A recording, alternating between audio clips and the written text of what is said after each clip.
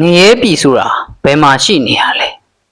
ကျွန်တော်တို့ဗုဒ္ဓဘာသာဝင်တွေအနေနဲ့ရေပုံဝါအားဖြင့်တော့ငရဲပြည်ဆိုတာဒီကမ္ဘာမြေကြီးရဲ့အောက်မှာပဲရှိတယ်လို့သိခဲ့ကြပါတယ်ဟုတ်ပြီဒါဆိုရင်ကမ္ဘာမြေကြီးရဲ့အောက်မှာဘယ်လိုပုံစံတည်ရှိနေရလဲ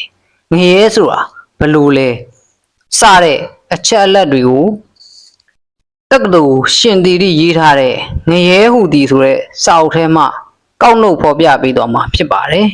လူသားတို့မကောင်းမှုအကုသိုလ်ပြု၍ကြာရောက်ခံစားရသောငရဲကြီးရှစ်ထက်နှင့်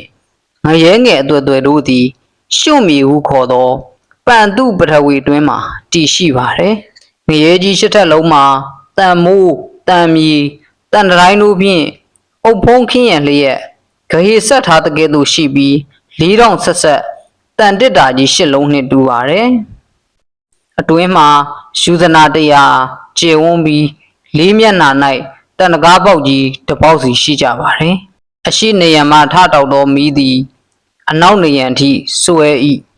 အနောက်နေရန်မှထတောက်သောမီးသည်အရှိနေရန်ထိဆွဲ၏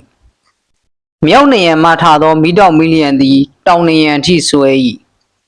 တောင်နေရန်မှထသောမီးလျံသည်မြောက်နေရန်ထိဆွဲ၏အောက်ကမီးလျံကအထက်ထိအထက်ကမီးလျံကအောက်အထိဆွဲ၏တတိုင်းမိုးတို့မှအပြင်ဘက်သို့ဖျားထွက်သောမီးလျံသည်ယူဇနာတရားတိုင်တိုင်ရောက်သည်ငရဲအတွင်းဝယ်တွင်းတွေကျင်းတွေဘူးတွေတစ်တွေစူးညောင်ခလုတ်တွေ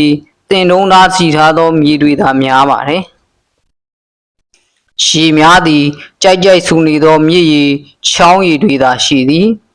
တစ်ပင်များသည်တန်လျက်ချွန်တွေမီးဟုံဟုံတောက်နေသောတန်စူးပင်တွေသာပေါက်နေပါတယ်ပကတိမီးဘူးတဲကိုကြောက်တုံးကြီးမဆိုထားပြီးကြောက်ခဲငယ်ပစ်ချတော်မှကြောက်ခဲငယ်ကိုပြာမှုန့်ဖြစ်အောင်မပြုတ်နိုင်ပေငရဲမီးသည်ကြောက်ဖြာကြီးကိုပစ်ချလိုက်လျင်ပင်တခဏတွင်ပြာမှုန့်ဖြစ်ကာကြည်ညက်ခြင်းသို့ရောက်သွားသည်ကြောက်တုံးကြောက်ဖြာကြီးများငရဲဘူးမီးကြောင့်ကြည်ညက်ပြောက်ပြက်သွားနိုင်ပေမဲ့ငရဲသတ္တဝါတို့သည်များစွာသောနှစ်များပတ်လုံးငရဲခံကြရကြက်ကြရကုန်တော်လဲကြည်ကျက်ပြောက်ပြက်ခြင်းသို့မရောက်ကြပြီဥပမာအားဖြင့်ဆိုသောရေ၌ကျင်လေကုန်သောမကန်းမိချောင်းငါးများနှင့်ခရူးတို့သည်ကြောက်ခဲကြောက်စရိတ်တို့ကိုမြူကြကုန်၍ဝင်းလင်းသို့ရောက်သောကြည်ညက်သွားကြသည်သို့သောထိုသတ္တဝါတို့၏ဝမ်း၌တည်သောပရိသန္တိတို့ကကြည်ညက်ခြင်းသို့မရောက်ကြပေရှင်သည်ကြားတို့သည်ရှုံရင်းကုန်သောအယိုးအသားတို့ကိုစားတော်လဲကြည်ညက်ခြင်းသို့ရောက်၏သို့သောထိုသတ္တဝါတို့၏ဝမ်းတွင်း၌တည်သောတသေးသားသည်ကကြည်ညက်ခြင်းသို့မရောက်ပေထိုနည်းတူကံတရားကအထူးစီရင်ထားအပ်သောငရဲသတ္တဝါတို့သည်လည်းများစွာနှစ်ပတ်လုံးငရဲ၌ခံကြကြက်ရတော်လဲကြည်နက်ပြောက်ပြက်လိမရှိကြပေထို့ကြောင့်ဘုရားရှင်ကငရဲသတ္တဝါတို့အားအကျင့်များလောက်မကောင်းမှုကံသည်ကုံဆုံးခြင်းသို့မရောက်သေးထိုများလောက်ကာလပတ်လုံးငရဲသတ္တဝါသည်တည်ခြင်းမပြုဟုဟောတော်မူသည်